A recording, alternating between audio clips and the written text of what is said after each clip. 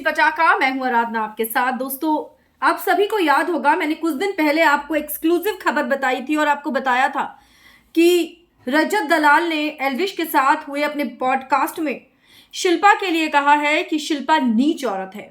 और वही same line आपने एल्विश के पॉडकास्ट में सुनी होगी, जिसका प्रोमो एल्विश ने डाला है। लेकिन अब यहाँ पर जो रजत दलाल है वो एक तरफ विवियन पर वार करता हुआ नजर आया और दूसरी तरफ करणवीर मेहरा की एज शेमिंग करता हुआ नजर आया है। क्या बोला है चलिए आपको बताती हूँ, पर उससे पहले आप चैनल को जरूर सब्सक्राइब कर लें और बेल आइकन को आप दबा दें। बिग बॉस खत्म हो चुका है, लेकिन अभी तक जो घर के बाहर बिग बॉस है वो खत्म नहीं हुआ है। बाहर आने के बाद इनका अपना एक बिग बॉस शुरू हो गया है। और ऐसे में रजत दलाल एल्विश के पॉडकास्ट में गया। एल्विश उसका बहुत अच्छा मित्र है, दोस्त है, भाई है। यहां पर पूछा कि करणवीर को तो वोट्स आए, तो उस पर क्या कहना चाहोगे। विवियन को मुनव्वर और स्टैन के फैंस सपोर्ट कर रहे थे, तुमको तो भाई हम ही सपोर्ट कर रहे थे, पर करणवीर को कौन वोट कर रहा था। तो इस पर करणवीर के लिए कहता है कि अरे इसको तो सॉफ्टवेयर सपोर्ट कर रहा था, यानी कि कलर्स वाले सपोर्ट कर रहे थे और उन्होंने इसके लिए बॉट्स डलवाए हैं, जो कि कहा जाता है OTT सीजन 2 में सबसे ज्यादा इस्तेमाल हुए हैं, क्योंकि उस समय कई सिस्टम को बॉट्स पे डाल दिया गया था। बॉट्स क्या होते हैं मैं आपको विस्तार से बता दूं जरा। बॉट्स होते हैं जब सिस्टम से वोट्स ऑटोमेटिकली जनरेट होते रहते हैं। खैर, ये चीज की हुई है कई लोगों ने और इसीलिए इस शब्द का इस्तेमाल इस पॉडकास्ट में हुआ है। और किसने किया होगा, उसी ने किया होगा भाई, जिसको इसके बारे में पता है। खैर, हम उस पर नहीं जाएंगे, क्योंकि जो मेन वोट्स काउंट होते हैं, जो इस सीजन में फिल्टर लगाए गए, उसमें मेन वोट्स वही काउंट होंगे जो ह्यूमन वोट्स हैं।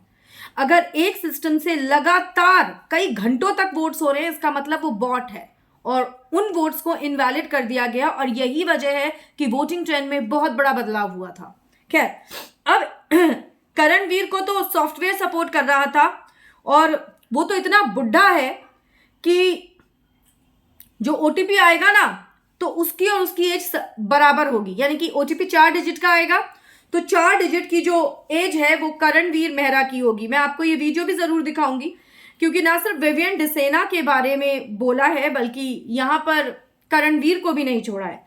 खैर, जो विवियन के लिए बोला वो भी बहुत हैरान करने वाला था, पर अब मैं आपको करणवीर के ऊपर क्या बोला है वो भी दिखाती हूँ। विवियन को सपोर्ट कर रहे थे मुनावर, MC स्टैन, बहुत सारे और क्रिएटर्स आपको सपोर्ट कर रहे थे, हम, हमारी टीम और भी सारे लोग। ये करणवीर को कोई नहीं सपोर्ट कर रहा था। ये करणवीर कैसे जीत गया भाई? करणवीर को सॉफ्टवेयर सपोर्ट कर भाई। आदमी इतना बुढ़ा है ना, OTP आएगा ना, इसकी एज और OTP बराबर, दोनों 4 डिजिट। विवियन भाई की फोटो है, क्या कहना चाहोगे? नहीं काम देखो, काम नाम की बात है। ऐसा हॉलीवुड से भाई को आ रहे हैं बहुत, ड्राइवर का, बॉय का। मेरे को आजकल लोग बहुत पूछ रहे हैं भाई कि विवियन भाई मिल नहीं रहे, वो थोड़ा अविनाश की जिद खोल के देखिए। ईशा जी, लोग भाई ऐसी लड़कियों से शादी इसलिए करते हैं। सुन लिया आपने? तो इसका मतलब साफ है कि एज शेमिंग की है यहाँ पर रजत दलाल ने, क्योंकि मुझे लगता है रजत दलाल की तो उम्र रुक जाएगी, आगे नहीं बढ़ेगी। वो कभी 40s में नहीं पहुंचेंगे और वो कभी बुढ़े नहीं होंगे। पर अगर करणवीर की फिटनेस देखी जाए तो उसको देखकर करणवीर का जवाब एक हो सकता है, बुढ़ा होगा तेरा बाप। ये अमिताभ बच्चन की फिल्म का भी नाम था, जहां पर ये सेम चीज उन्होंने जर्नलिस्ट को ही बोली थी, जब उनसे जर्नलिस्ट मस्ती कर रहे थे और ये कह रहे थे कि सर आप इस उम्र में भी क्या बताना चाहते हैं ऐसी फिल्म करके, व्हाट यू वांट टू से, यू आर 60+। तो उन्होंने कहा था बुढ़ा होगा तेरा बाप। तो यहाँ पर करणवीर के लिए कहीं ना कहीं ये लाइन फिट होती है। और इस तरह की एज शेमिंग, विवियन के लिए ये कहना अविनाश की जिप के अंदर विवियन को ढूंढो, बहुत ही गलत और घिनौनी स्टेटमेंट है। लेकिन यहीं पर नहीं रुका है रजत दलाल। रजत आगे और बढ़ा और उसने आगे क्या कहा, उसने आगे ईशा के लिए कहा। उसने ईशा के लिए कहा कि उसने कहा देखो ये ईशा है, आप, एल्विश ने कहा आप ईशा के लिए क्या कहना चाहोगे। तो वो कहता है अरे लोग ऐसी लड़कियों से शादी इसीलिए करते हैं जिससे मेड की जरूरत ना पड़े, क्योंकि बर्तन बहुत अच्छे मांज लेती है ये, आप सोचिए, तो घर में जितनी औरतें काम करती हैं या अपने घर के बर्तन मांजती हैं, या इनफैक्ट आई थिंक रजत के घर वाले भी मांजते होंगे, इसकी बहन और माँ भी मांजते होंगे, तो क्या इस सोच से घर में लड़की को लाया जाता है कि मेड की जरूरत ना पड़े?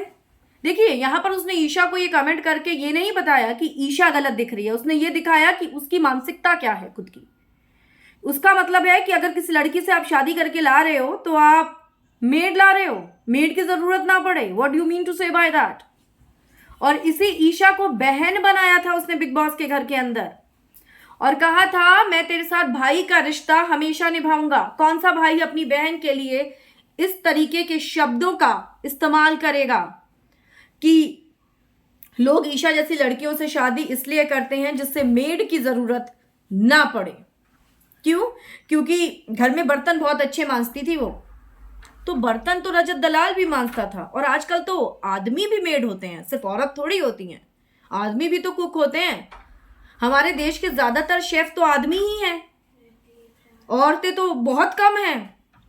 तो यहां पर रजत दलाल की मानसिकता पता चलती है, जिस तरीके से उसने 3 कमेंट्स करे, और उसने दिग्विजय के लिए भी कहा कि इसने तो इज्जत डुबो दी शो में आकर। जब आया था तब सही था, लेकिन उसके बाद इसने जिस तरीके से अपने गेम को बदला, उससे तो इसने इज्जत डुबो दी। हालांकि मेरा ये कहना है कि दिग्विजय जब बिग बॉस के घर में आया तो कहीं ना कहीं उसकी इज्जत और बड़ी ही है उसके फैंस के नजरों में। और अगर दिग्विजय को गलत तरीके से घर से एलिमिनेट नहीं किया जाता तो दिग्विजय शो का फाइनलिस्ट होता, टॉप 3 में होता दिग्विजय राठी। इतना शानदार खेला था वो शिल्पा के लिए कि होंगी आप इतने सालों से इंडस्ट्री में, मुझे कोई फर्क नहीं पड़ता, इस लाइन को लगाना है तो लगा दो। इनका तो मैं जोर जोर से उनके मुंह पर वो हथौड़ा देकर मारता है, और ये कहता है कि इससे जैसी नीच औरत तो मैंने देखी नहीं है। और ये बात मैंने आपको आज से तकरीबन 2 दिन पहले अपने एक वीडियो के जरिए बताई थी कि वहां से मुझे पुख्ता सोर्सेस से ये खबर मिली थी कि रजत दलाल ने इस तरीके के शब्दों का इस्तेमाल शिल्पा के लिए किया है। हालांकि चाहत के लिए भी कहा है कि राहत वाहत के बारे में आप लोग जो भी सोचते हो भाई धो दो, भूल जाओ, वो सब कुछ नहीं था, एक्चुअली कुछ नहीं था। रजत दलाल ने अपने इस इंटरव्यू को देखकर ये साबित कर दिया कि वो किसी का नहीं है। वो बिग बॉस के घर में भी किसी का नहीं था, उसके रिश्ते नहीं बन पाए थे, और बाहर आकर भी उसने साबित किया है कि उसका किसी से रिश्ता नहीं है। ईशा ने बाहर आकर रजत के लिए या किसी के लिए भी कुछ भी गलत नहीं बोला, लेकिन रजत दलाल ने एज शेमिंग की है, रजत दलाल ने ईशा पर भी वार करा है, और विवियन डिसेना के लिए जो स्टेटमेंट दी है उसने तो सारी हदें पार कर दी हैं गंदगी की। आपका इस पर रिएक्शन क्या है? I really want to know. आप जरूर कमेंट सेक्शन में अपना मुझे रिएक्शन लिखकर बताइएगा। Good bye.